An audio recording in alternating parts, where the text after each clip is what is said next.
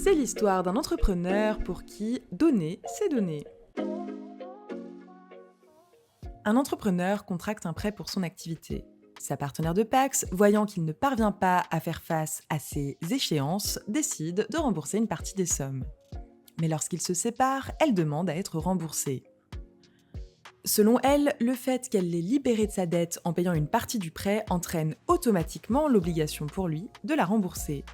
Mais pas pour l'entrepreneur qui conteste. Ce principe ne vaut que lorsque la personne qui rembourse la somme a un intérêt légitime à le faire.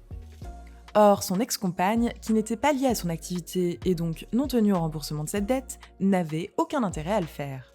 Elle lui a juste rendu un service qui n'entraîne pas de conséquences automatiques. Le juge donne raison à l'ex-compagne. L'intérêt légitime peut naître de considérations morales ou affectives. Le fait, pour l'ex-compagne, de chercher à aider pour préserver la réputation de l'activité de son compagnon suffit à faire naître l'obligation de remboursement.